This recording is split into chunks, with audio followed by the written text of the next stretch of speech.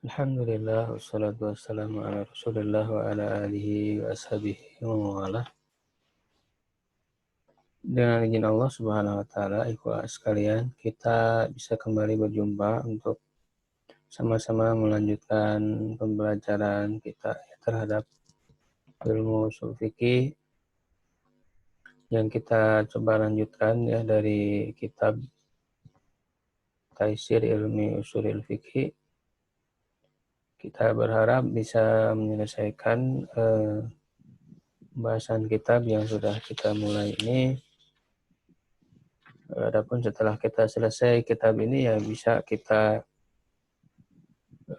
beralih ke kitab-kitab yang lain ya. Insyaallah. Kita masuk sekarang ke pembahasan istihsan ya. Jadi ini merupakan pembahasan dalil-dalil syariat ya. Yaitu di antara dalil yang diperselisihkan oleh para ulama ya al-adillah al-mukhtalafah fiha atau al-mukhtalaf fiha, yaitu tentang istihsan. Istihsan ya ta'rifuhu definisinya lugatan menurut bahasa adus syai'i hasanan, itu menganggap sesuatu itu baik, jadi dari kata hasan ya. Jadi istihsan wajan istaf'ala untuk makna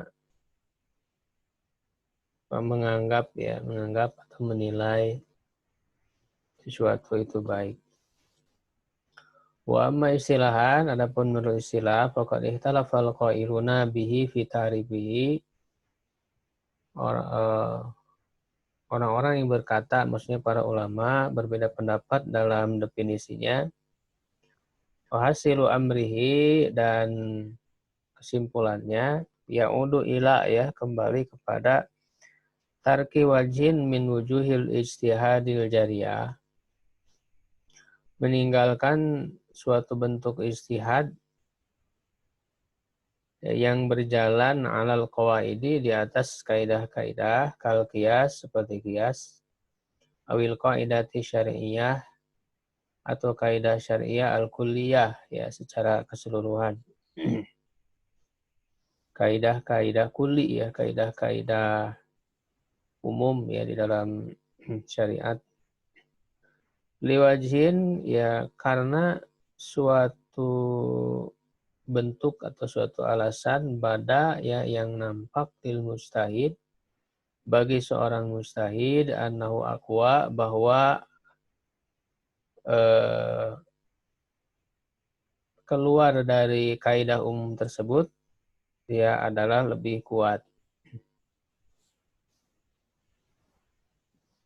ya. Jadi istihsan ini adalah suatu pengecualian ya, suatu pengecualian.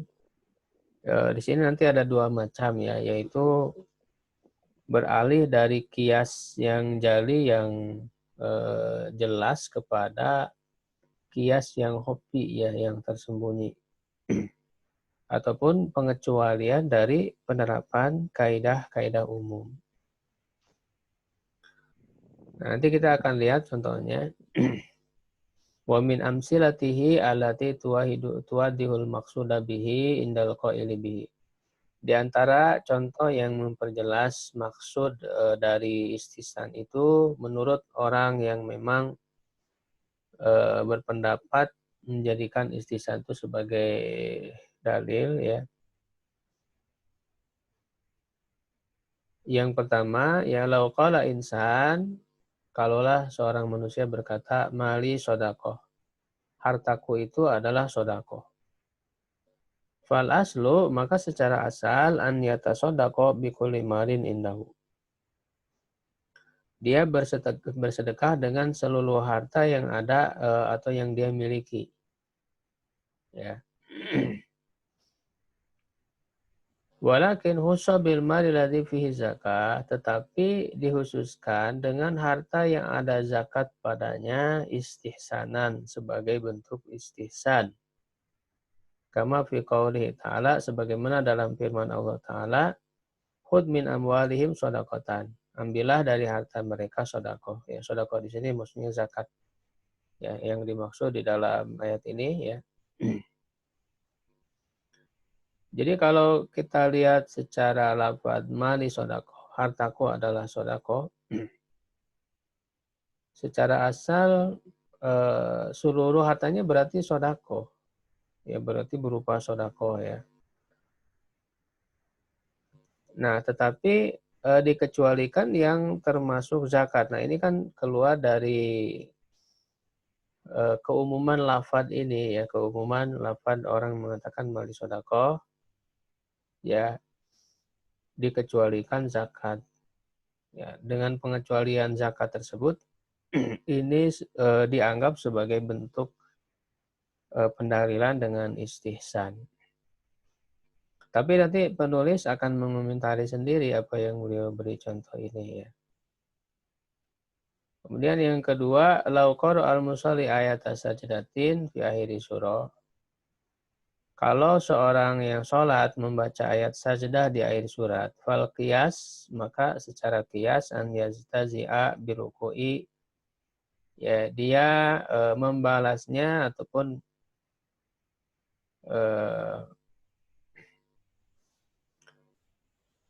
setelah melakukan membaca ayat sajdah itu dia harusnya ruku ya. Karena nanti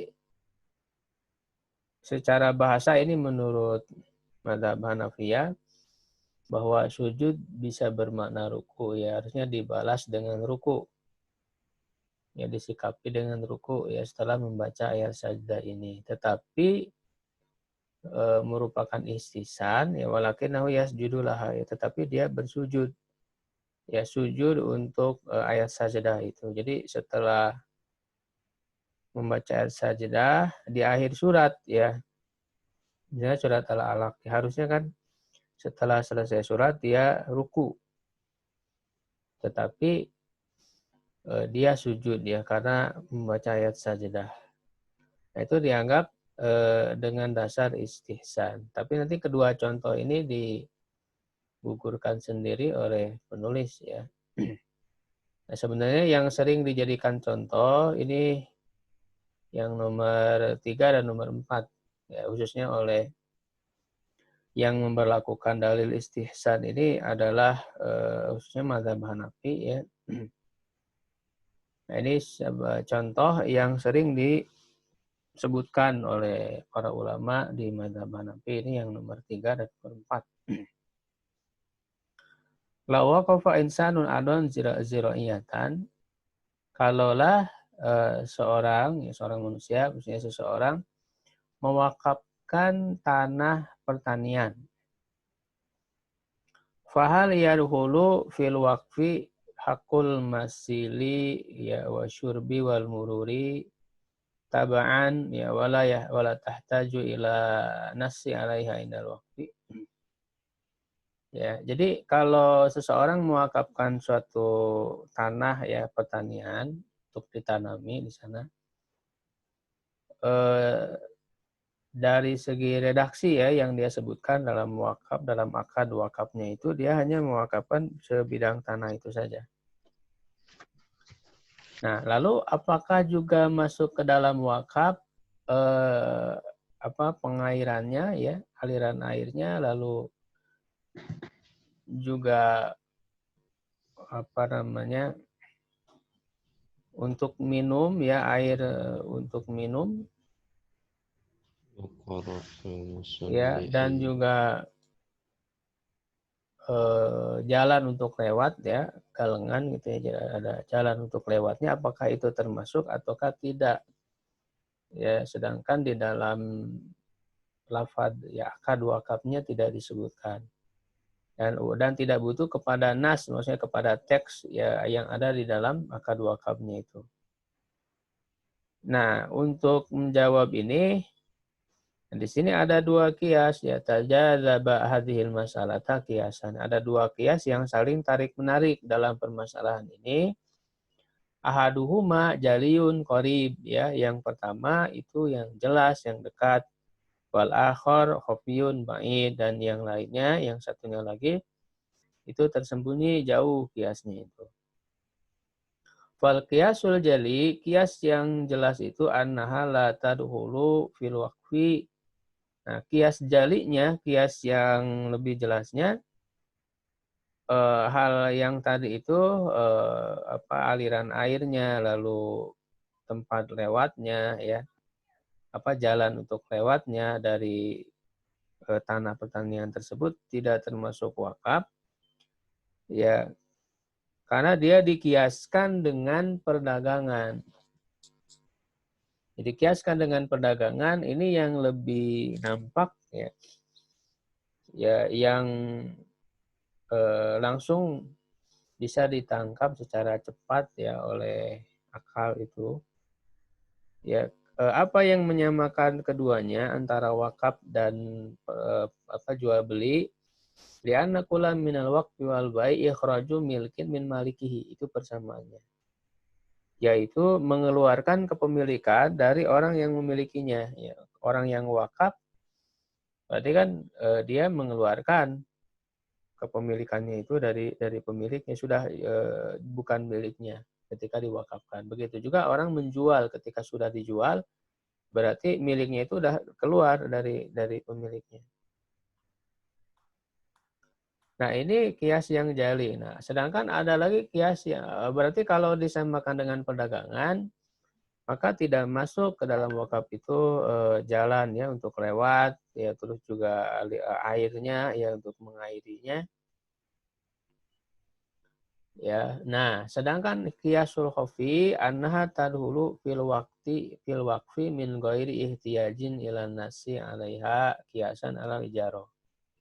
Nah, qiyas khafinya, qiyas yang tersembunyinya, nah, masuk ke dalam wakaf, ya, jalan untuk lewat, terus untuk air, untuk pengairannya itu juga masuk ke dalam wakaf tanpa perlu ada teks secara khusus yang disebutkan, ya, walaupun tidak ada teks khusus yang disebutkan tentang hal itu, yaitu dikiaskan dengan ijaroh, dengan akad sewa menyewa.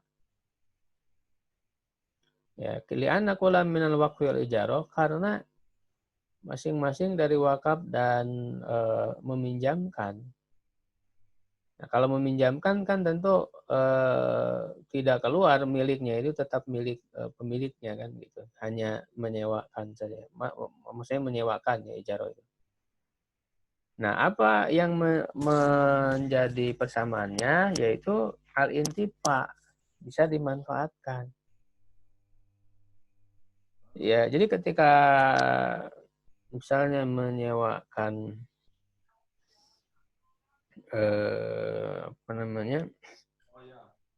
rumah, ya,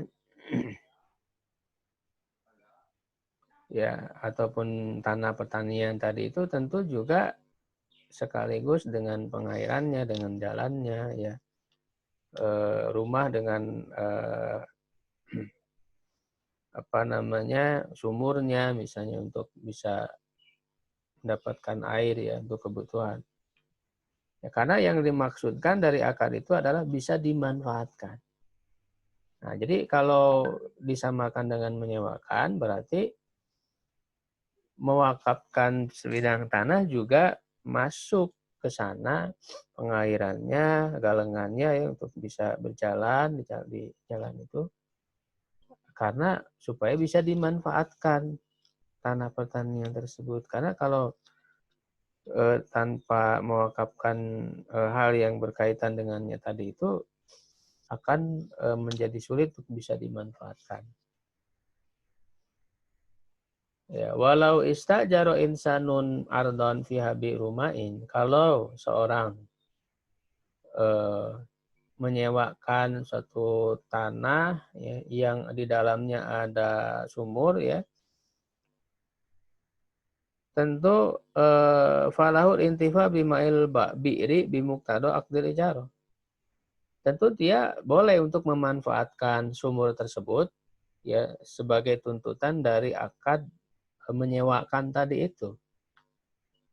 Jadi menyewakan tanah, lalu di situ ada sumur, ya, bisa dimanfaatkan dengan akad menyewakan itu. Ya, min ghairi ihtiyajin ilan tansisi alaihi fil aqdi, tanpa perlu adanya teks yang secara khusus ya dalam akad itu disebutkan atau tertulis bahwa dengan menyewakan sumur yang ada di tanah itu walaupun tidak disebutkan. Ya, karena menyewakan itu ya tujuannya supaya bisa digunakan ya, dimanfaatkan oleh orang yang menyewanya gitu ya. Nah, sehingga dari sini wakaf itu ya lebih menurut mazhab Hanafi ya karena mereka yang menggunakan dalil istihsan ini ya yang berkaitan dengan wakaf sebidang tanah itu pengairan dan jalannya itu menjadi termasuk wakaf. Ya, nah menetapkannya itu dengan dalil istihsan. Yaitu beralih dari kias yang jelas tadi itu yang disamakan dengan perdagangan, jual beli, itu kan yang jelas. Justru tidak mengambil kias yang jali itu yang jelas, tapi lebih kepada kias yang tersembunyi, yang hobi, yaitu disamakan dengan akad menyewakan. Ya, itu disebut istihsan. Ya, jadi cara berdalil dengan istihsan. Nah, contoh yang berikutnya yang keempat, yang disebut dengan akdul istisna. Istisna itu dari sona ayasnau membuat, jadi minta dibuatkan. Ya, wa huwa syira'u ma yusna'u wafqan lit-talab.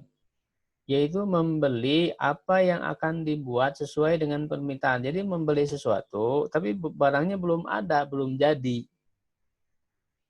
Dia sudah bayar harganya sekian, nanti ya atau bisa saja di akhir dibayarnya, tapi sudah dilakukan transaksi ya jual beli, tapi barangnya belum ada, belum jadi. Itu namanya istisna. Wa huwa ta'aqudun ala ma'dumin waqtal aqdi, yaitu terjadi transaksi terhadap barang yang belum ada ya pada waktu akad. Jadi pada waktu akad barangnya belum jadi, artinya belum ada. Ya wal aslu manu bai'il ma'dumnya, secara asal kaidah asal berdasarkan dalil itu tidak boleh jual beli dengan barang yang tidak ada kan gitu. Kama qala Nabi sallallahu alaihi wasallam li Hakim bin Hizam, sebagaimana yang dikatakan oleh Nabi terhadap Hakim bin Hizam, la tabi ma laisa indaka. Jangan kamu menjual apa yang tidak ada padamu. Secara asal kan begitu. Ya, hadisun sahih akhrajahu ashabus sunan wa fi sahifati Amr bin Syuaib, dalam lembaran Amr bin Syuaib an abih dari ayahnya an jadihi Abdullah ibni Umar. Qala Rasulullah SAW, ya la yahilu salafun wa bai'un. Ya, tidak halal salaf ya ini apa namanya? Melakukan transaksi dengan barang yang belum ada ya. Dan juga menjual menggabungkan antara salaf dan bai ya. Ini maknanya ada dua ya. Ya, yang dimaksud lahilu salafun wa bai'un itu yang pertama maksudnya adalah meminjamkan. Ya. Awalnya dia meminjamkan ya, tetapi kemudian dijual ya, dia kemudian dijual dengan harga yang lebih mahal. Ya. Nah, ataupun membayar uangnya apa namanya? Misalnya menjual suatu apa ya?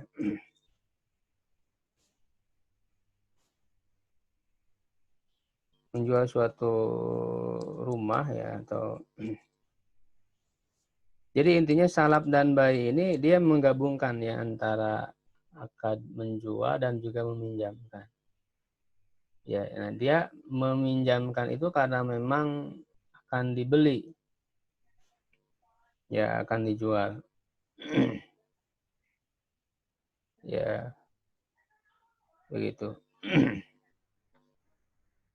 Yang intinya maksud di sini adalah membeli atau membayar sesuatu yang belum jelas ya. Jadi misalnya begini, coba kamu bayarkan dulu uang sekian, ya, misalnya motor gitu ya, dibayar sekian, tapi belum langsung diberikan, tapi ada syarat kalau misalnya nanti motornya ada kerusakan ini baru jadi terjadi jual beli, diberikan apa namanya, terjadi transaksi jual beli itu. Ya, jadi di sini ada ketidakjelasan barang itu di awal pada saat akad itu. Ya.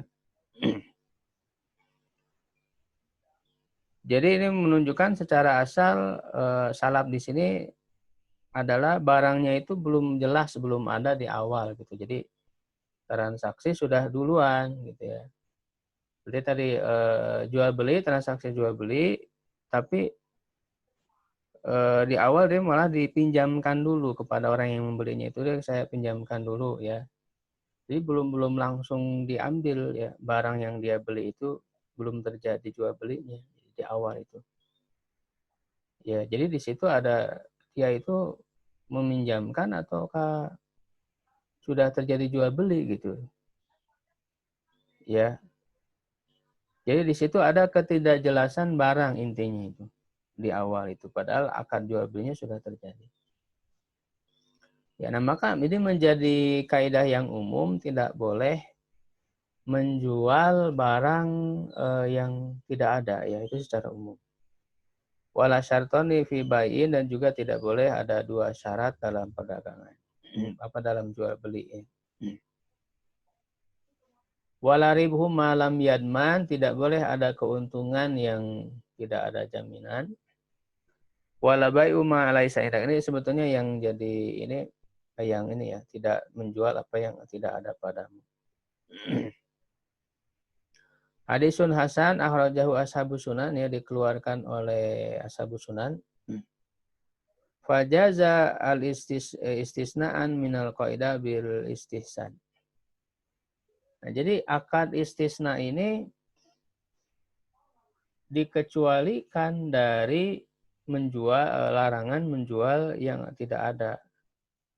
Ya, karena suatu maslahat gitu ya. Jadi akad istisna tadi minta dibuatkan sesuatu, lalu jual beli ya dengan harga sekian ya, lalu setelah terjadi transaksi lalu dibuatkan barangnya. Ya. Sehingga pada saat transaksi jual beli barangnya belum ada. Nah, ini akad istisna ini dibolehkan, dikecualikan dari tidak bolehnya menjual barang yang tidak ada itu karena suatu kemaslahatan. Nah, ini disebutnya dengan dalil istisna ya. Jadi pengecualian dari kaidah umum. Kalau yang contoh ketiga mengalihkan dari kias yang nampak kepada kias yang tersembunyi. Jadi ini dua macam dari istihsan itu ya.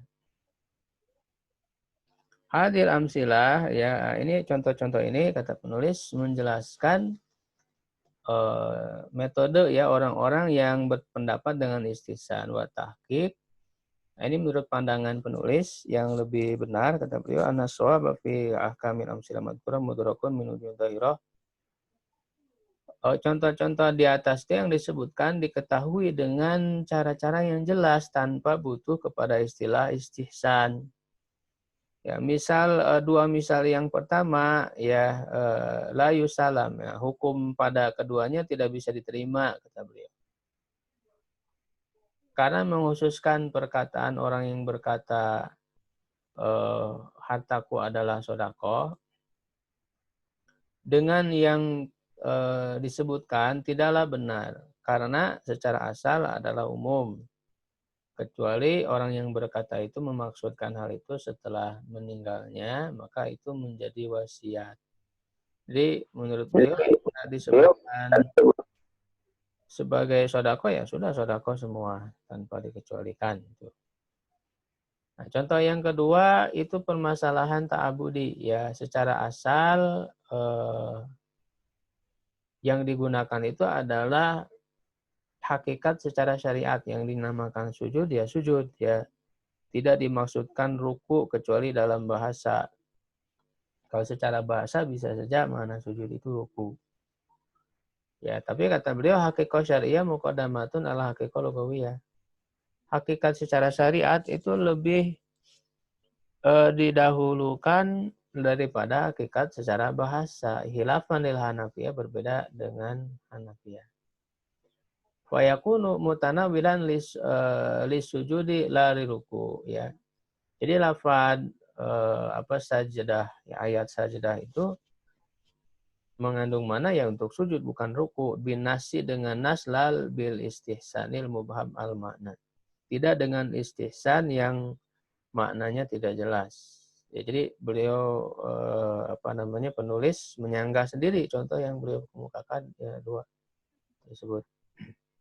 Kalau di buku usul fikih yang lain saya tidak menemukan dua contoh di awal tadi itu. Justru yang lebih banyak disebutkan itu yang nomor 3 dan 4 tadi. Ya, wa amman misalan akharani famarjuma ila itibari maqasid syariah. Ya, adapun dua contoh yang terakhir itu 3 dan 4 itu kembali kepada itibar dengan menggunakan dalil maqasid syariah finafil mukallafin untuk kemanfaatan mukallaf. Ya, fahuma raji'ani ila itibari masalih itu kembalinya kepada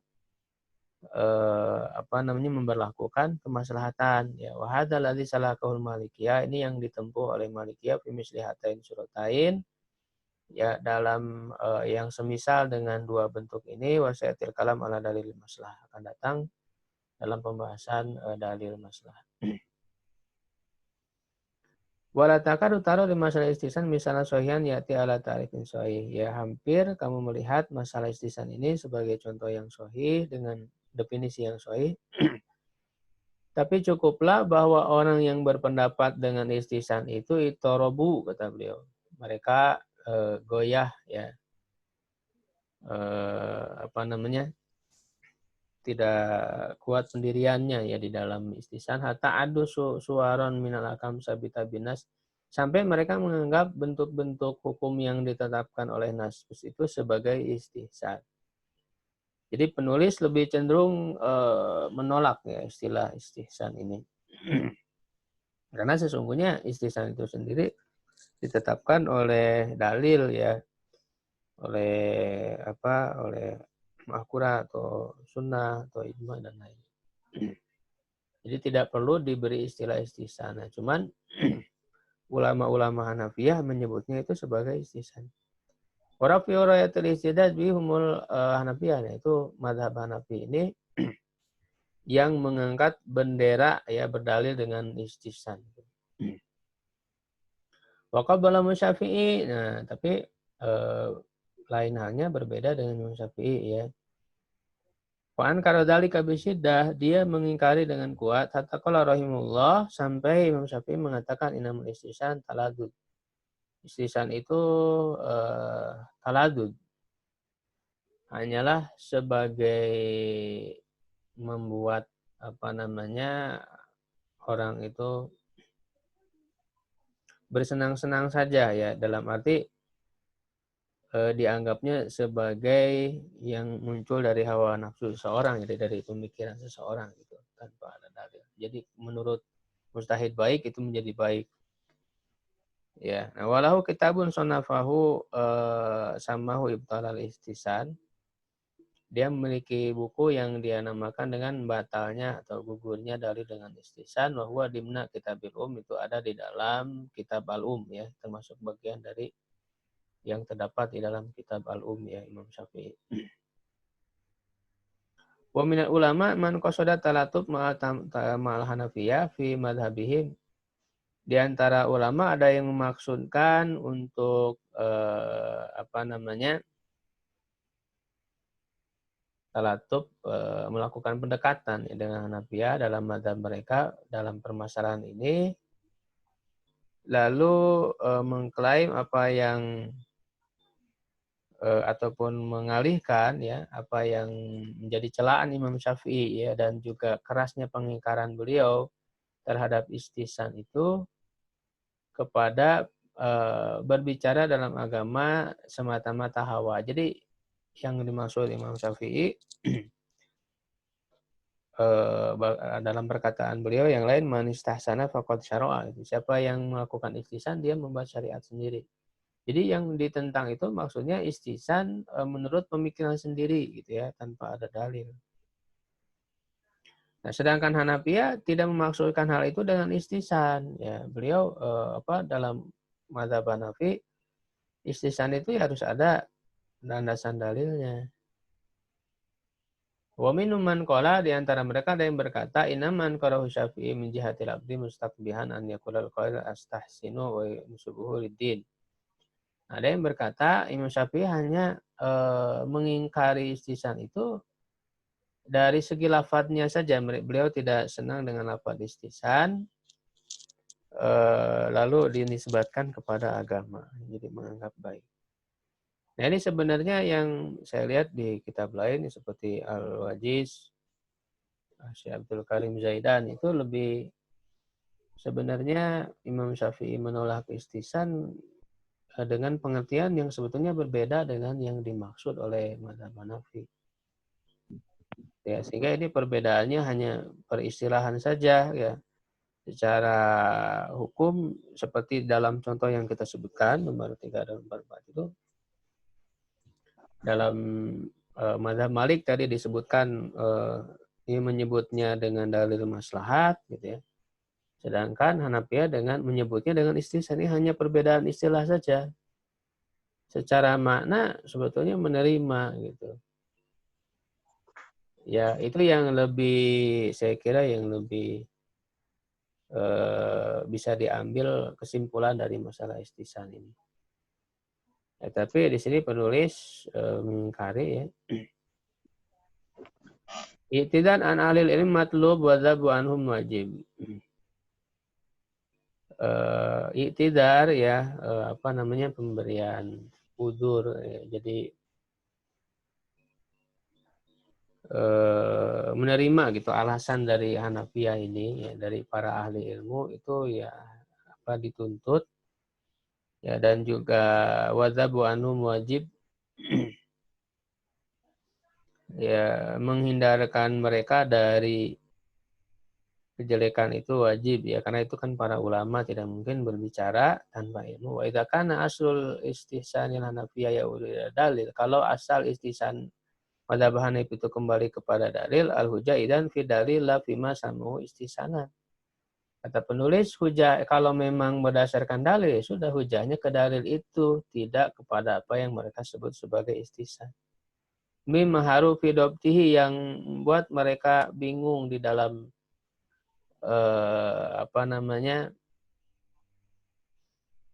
di dalam kejelasan ya istilah yang mereka maksud itu. Illa annal maqam yaqtadi daban an Syafi'i rahimahullah. Ya hanya saja konteksnya ini menuntut ya menghilangkan suatu yang buruk dari Imam Syafi'i ketika dia membatalkan istihsan, yang dia maksud adalah istihsan Hanafiyah. Ya.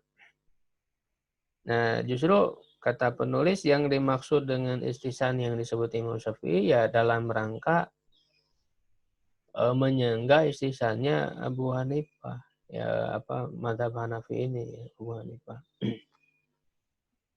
Siapa yang menelaah perkataan Imam Syafi'i itu, dia akan melihatnya secara jelas ya, wa makanu fiman anhu, mereka tidak akan jauh ya menilainya, bahkan habiran bimadhabihim ya, tapi dia ya sebagai orang yang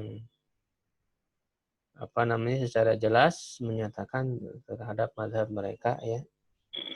Itu maksudnya Imam Syafi'i yang menjadi representasi dari mazhab Syafi'i itu sendiri ya, falam yakun liyaruda ala surat umamiyah, eh, apa dia tidak menolak ya bentuk secara waham, secara persangkaan lemah ya yang tidak ada hakikat padanya untuk diarahkan perkataannya itu.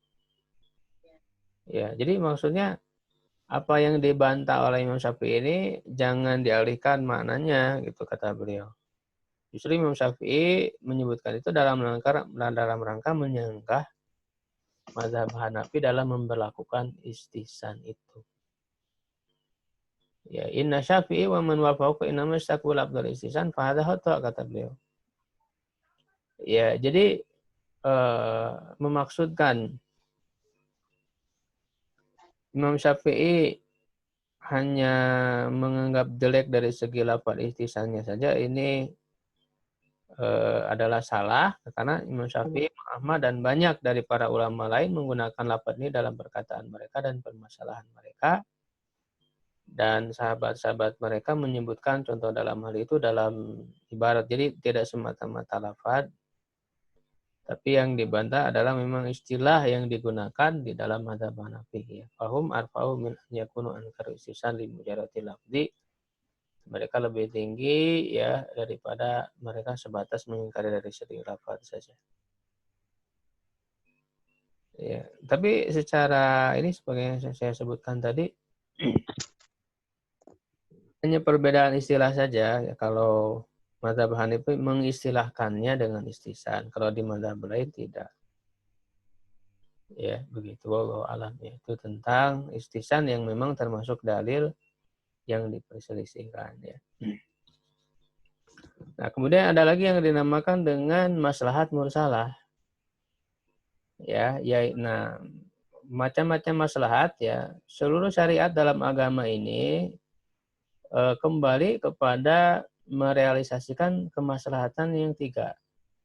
Ada tiga kemaslahatan. Yang pertama darul mafasid ya, menghilangkan kerusakan, kemudaratan. Maka disyariatkanlah padanya menjaga yang darurat, yang mendesak. Ini yang dikenal dengan darurat al-khams ya, atau maqasid syariah ya, itu din, menjaga agama, menjaga jiwa ya, menjaga harta, menjaga kehormatan dan akal. Kehormatan juga termasuk nasab ya. Irdi ini sekaligus nasab. Yang kedua, jalbu masali, mendatangkan kemaslahatan. Wasyuri'alah mayarfa'ul haraj anil umat. Maka disyariatkanlah untuk menghilangkan kesulitan ya dari umat baik dalam ibadah, dalam muamalah dan yang lainnya yang diungkapkan dengan istilah hajiat kebutuhan manusia. Dan yang ketiga al-jaru ala muqtarim makarimil akhlak, yang berjalan dengan tuntutan akhlak mulia dan wa mahasini syam, dan sifat-sifat yang baik, yang bagus ya. Syam dari syimah ya, sifat. Wasyuri'alah ahkam tahsiniyat. Ya, disyariatkanlah hukum-hukum tahsin. Ini nanti ada 3 level ini ya.